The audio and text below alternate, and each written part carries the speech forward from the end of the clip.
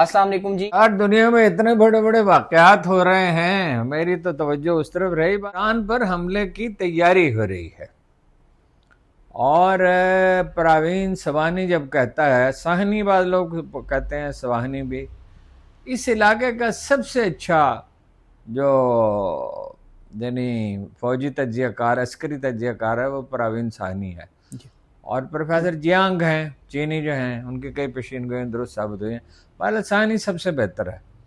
وہ کہتا ہے کہ حملہ کریں گے، اور یہ ابھی تہران، میری بات ابھی میں بات کر کے آ رہا ہوں اپنے کمرے سے، 3 لاکھ فوج ایرانی حکومت کا اندازہ یہ ایرانی ذرائع کا، حکومت کا تو آدمی نہیں تھا، مطلب معتبر آدمی تھا، کہ 3 لاکھ فوج اتاریں گے ایران میں۔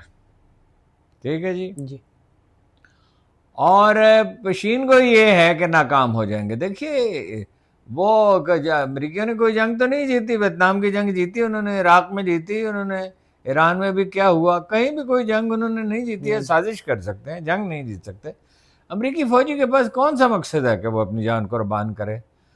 اور یہ جو صلح اگر ہوتی ہے قطر میں، ویسے آج بات چیت ہو رہی ہے، دیکھیے پیسے ان کو $24 بلین کا وعدہ کر کے نہیں دے رہے، قطر پہ دباؤ ہے، $6 بلین اس کے پاس پڑے ہوئے نہ دے، وہ امارات والے پھر وہی کچھ کر رہے ہیں جو وہ کر رہے ہیں، کویت کو بھی وہ آمادہ کر رہے ہیں، بحرین کو بھی آمادہ کر رہے ہیں کہ وہ جنگ میں شریک ہو جائیں۔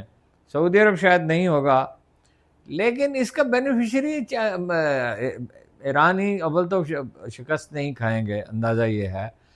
ٹرین ایسی ہے، علاقہ ایسا ہے، ڈیزرٹ ہیں، پہاڑ ہیں۔ دیکھیے نا، 8 سال ایران عراق جنگ ہوئی اور ساری دنیا ان کی پشت پہ کھڑی تھی صدام حسین کے۔ اس وقت شاید یہ ناچیز واحد آدمی تھا، اس کو ایرانیوں نے، ایک ایرانی اخبار نویس نے اس کو وہ بھی کیا، مینشن بھی کیا کہ ایک آدمی تھا ہارون رشید، وہ کہتا تھا نہیں ہار سکتے ایرانی پاکستان میں، ورنہ لوگ بلیو کرتے۔ امریکہ تھا، یورپ اس کے ساتھ تھا، عرب ممالک اس کے ساتھ تھے، بے تاشا عرب سرمایہ دار تھا، خود اس کی فوج بہت بڑی تھی، اس نے کیمیکل ویپنز بھی استعمال کیے، جو ہو سکتا تھا کیا، کچھ علاقہ اس نے لے بھی لیا، لیکن پھر انہوں نے دھکیل دیا اس کے پیچھے، اور لاکھوں آدمی شہید ہوئے۔ ایک فگر 3 لاکھ کا ہے کہ 1 ملین کا ہے، $2000 بلین کا دونوں کا نقصان ہوا، مڈل ایسٹ تباہ ہو گیا۔ دیکھیے، اس میں اصل میں جو شرارت کرنے والا آدمی ہے، جو وہ ہے نتن یاہو، بالکل اس نے اوباما سے یہاں تک کہا کہ ہم ایٹم بم گرا دیں گے، اس نے کہا جاؤ گرا دو۔ صحیح۔ اور ہر آدمی سے، نکسن سے لے کے آنورڈ، ہر آدمی سے کہتے رہے، کینیڈی سے بھی، کینیڈی بہت سخت تھا، کینیڈی کہتا تھا وہ ایٹمی پروگرام بنا رہے اس کو مانع کراؤ۔ تو اب تو خیر امریکی رائے خلاف ہے۔ دیکھیے جی، امریکہ میں جو اسکاٹ ریٹر ہے، جیفری سیج ہے، اور کتنے لوگ ہیں، سب کے نام تو ہمیشہ یاد نہیں رہتے، دن رات میں سنتا ہوں، وہ کہتے ہیں جی یہ اس سے بڑی حماقت کوئی ہو نہیں سکتی، انفلیشن بڑھے گی، ساری دنیا کی معیشتیں تباہ ہوں گی۔ ایشو کیا ہے؟ ایشو یہ ہے کہ بطور سپر پاور کے امریکہ کی کوئی حیثیت رہی نہیں ہے، بالکل۔ وہ جا کے آپ نے دیکھا کتنا مؤدب تھا چین میں شی جن پنگ کے سامنے۔ کینیڈا کے ساتھ تعلقات خراب ہیں، یورپ کے ساتھ تعلقات، جرمنی اپنی فوج بلڈ کر رہا ہے، اپنی تعداد بڑھا رہا ہے، اور ہر کہیں تو وہ اپنی امریکی رائے عامہ خلاف ہے۔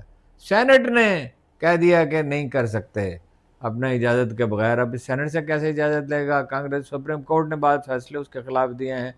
نومبر کے الیکشن سر پہ کھڑے ہیں، جولائی ہے، نومبر میں کتنا فاصلہ کمپین ہوتی ہے اتنے عرصے میں۔ ایران پر حملے کا سنگین خطرہ ہے، شدید خطرہ ہے، اور یا اگر بلیک میلنگ کے لیے کر رہے ہیں تو پھر اسے اپنا حرمت کا تسلیم کرائیں گے، جو وہ ماننے کے لیے تیار نہیں، وہ بار ہارڈنڈ ہیں، ان کے پاس تو ایک نظریہ ہے اور ان کی بقا کی جنگ ہے، وہ ہر طرح کی قربانی دینے کے لیے تیار ہوں گے، اور اگر وقفہ ہوا تو وقفہ بھی جنگ کی تیاری کے لیے ہوگا، میرا اندازہ یہ ہے۔ اور وہ پہلے بھی ایم او یو تھا، کوئی معاہدہ تو نہیں تھا، اور پاکستان نے بڑی کوشش کی، پاکستان کا اثر و رسوخ ویسے بڑھ گیا ہے، یعنی لوکل مسائل تو بہت ہیں، وہ بھی کشمیر کی بات کرتے ہیں، مہنگائی ہے، بے روزگاری ہے، غربت ہے، بری حالت ہے، لوگ سسک رہے ہیں، بلک رہے ہیں، کیسے سے عجیب و غریب قوانین آ رہے ہیں کہ انٹیلیجنس ایجنسی ضلع کی انٹیلیجنس کمیٹی جس کو چاہے گی پکڑ لے گی, جائیداد بھی ضبط کر لے گی, بینک اکاؤنٹ بھی سیز کر دے گی. واقعہ پیش آیا ہے, 2 غیر ملکی خواتین, ایک کا نام جو ہے اسٹیفنا ایڈیانا مو اور آسٹیریا روبنسن, ان دونوں کے ساتھ یہ ایک تو ہے زیادتی کی گئی ہے. ایک تو برازیل کہاں کی ہے, ایک ہالینڈ کی ہیں اور ایک وینزویلا. یہ کوئی ڈار صاحب ہیں, بعض لوگ الزام لگا رہے ہیں اسحاق ڈار کے رشتہ دار ہیں, ایک چینل کر رہا ہے. تو خیر ڈار کا اسحاق ڈار صاحب کا کیا تعلق ہے, تو وہ تو رشتہ دار کسی کا بھی ہو. تو وہ اپنا جو ہے انہوں نے ایک اطلاع یہ ہے کہ وہ گھومنے پھرنے کے لیے آئی ہے اپنے دوستوں سے ملنے کے لیے, جاننے والوں سے, یعنی کوئی غیر ملکی ہوں گے یا پاکستانی ہوں گے. اور ایک یہ ہے کہ انہوں نے ہی ان کو بینکاک میں غالباً دعوت دی تھی, ملائیشیا میں. اچھا, ملائیشیا تو بہت ٹورزم ہے, انڈونیشیا میں, ملائیشیا میں, یہ بہت فار ایسٹ بہت گرین ہے اور بہت پرامن ہے. تو وہاں سے لائے, ان کو اغوا کیا, اور وہ کہتی ہیں کہ ابرو ریزی بھی کی ان کی, اور تھانہ کینٹ میں بہرحال وہ پکڑے گئے ہیں. تو اس سے مجھے شبہ ہوتا ہے کہ اسحاق ڈار صاحب کا کوئی تعلق اس سے نہیں ہو سکتا. یعنی اسحاق ڈار صاحب کے جو اپنی غلطیاں ہیں اور بڑے بڑے بلنڈرز ہیں وہ اپنی جگہ پہ, لیکن اسحاق ڈار صاحب کا کوئی تعلق ہوتا تو اس طرح کینٹر والے ایف آئی آر درج کرتے اور اس طرح انہیں گرفتار کرتے. گرفتار ہے نا وہ سر, ابھی ایف آئی آر ہوئی تھی. ایف آئی آر, اچھا گرفتار نہیں ہوئے, اور بہرحال ان کے بیانات تو ریکارڈ ہو گئے اور پکڑے ہی جائیں گے.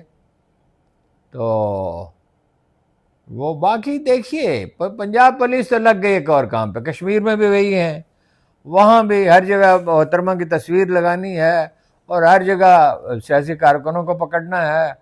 اور اب تو ایسا قانون لا رہے تھے کہ بھائی ذرا سا بھی کوئی اختلاف کرے گا اس کی جائیداد بھی اس کی اپنی نہیں ہے. وہ پہلے ہی ہماری آمدن ہماری نہیں ہے, 50% ہم ٹیکس دیتے ہیں, ہر وہ چیز جو ہم خریدتے ہیں اس پہ 30-40-50% ٹیکس ہے.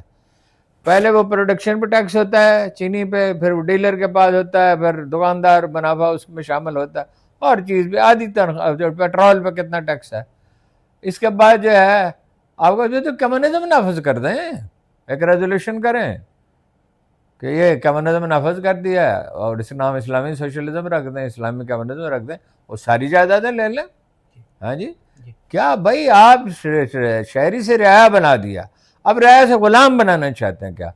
میرا خیال ہے کہ اس کی کچھ مزاحمت ہوگی, اگر کوئی سینس ذرا سی بھی پرویل کرتی ہے تو یہ قانون نہیں آئے گا, ورنہ کوئی رہے گا نہیں اس ملک میں. جو جا سکتا ہوگا, جس طرح بھی جا سکتا ہوگا, اس ملک کو چھوڑ کے چلا جائے گا. یہ کیا بے اختلاف, آپ یہ کہیں کہ ناشائستہ اختلاف نہ کریں, گالی نہ دیں, کریکٹر اسیسینیشن نہ کریں, میمز نہ بنائیں, برا تانا زنی نہ کریں, کریکٹر اسیسینیشن نہ کریں, یہ تو ٹھیک ہے, یہ تو معقول بات ہے, اور کسی کو بھی نہیں کرنی چاہیے, اور کرتے یہ سبھی ہیں, اس میں کوئی استثناء نہیں ہے. یعنی جماعت اسلامی کہہ سکتی ہے, جمعیت علماء اسلام کہہ سکتی ہے, ان کے لوگ ویسے عجیب بات ہے, پیپل پارٹی والے بھی کمی کرتے ہیں, بہت کم, بہت. باقی تو ایم کیو ایم نے یہ رواج شروع کیا تھا, اب تو سارے اس میں مبتلا ہیں. پی ٹی آئی والے بھی کوئی کسر نہیں چھوڑتے, نون لیگ والے اتنی گالیاں دیتے ہیں. بعض اوقات تو ویلاگ کرنے والے لوگ کہتے ہیں بھائی یہ میری نقطہ نظر ہے, میری رائے ہے, مہربانی کر کے گالیاں نہ دیجیے گا. ہے جی, اور اتنی گندی گالیاں, بعض اوقات ایک سمپل بات ہوتی ہے, بعض اوقات میں اس کی تفصیل نہیں بتا سکتا, مجھے حیا آتی ہے کہ کسی کو ایسی ہستی کو کوٹ کیا جاتا ہے کہ جس کے بارے میں بات ہی نہیں کرنی چاہیے, اور اس میں بھی گالیاں لکھتے ہیں, اور گندی گالیاں لکھتے ہیں. یہ سب کا حال ہے, اسے تو روکنا چاہیے. اور لیکن روکنا تو سب کو روکنا ہوتا ہے نا, پھر کسی ایک کو تو نہیں ہے. ہر پارٹی نے اپنے سیل بنائے ہوئے ہیں, حکومت نے بنائے ہوئے ہیں, ہر ناراض ہیں, وہ ان کی وہ کسمسا رہی ہیں محترمہ, کیونکہ پیسے تو چلے گئے مرکز کو کافی سارے. اب وہ بلو لائن تو نہیں بن سکتی, کیا بلو ٹرین جو تھی بنانی تھی, بلٹ ٹرین سر, بلٹ ٹرین نہیں, بلٹ ٹرین کہاں بن سکتی ہے لاہور میں, سر لوکل ٹرین بننی تھی. وہ بلٹ ٹرین کا الگ آئیڈیا ہے, پیسے کہاں ہیں, گھر میں نہیں دانے اور اماں گئی بنانے.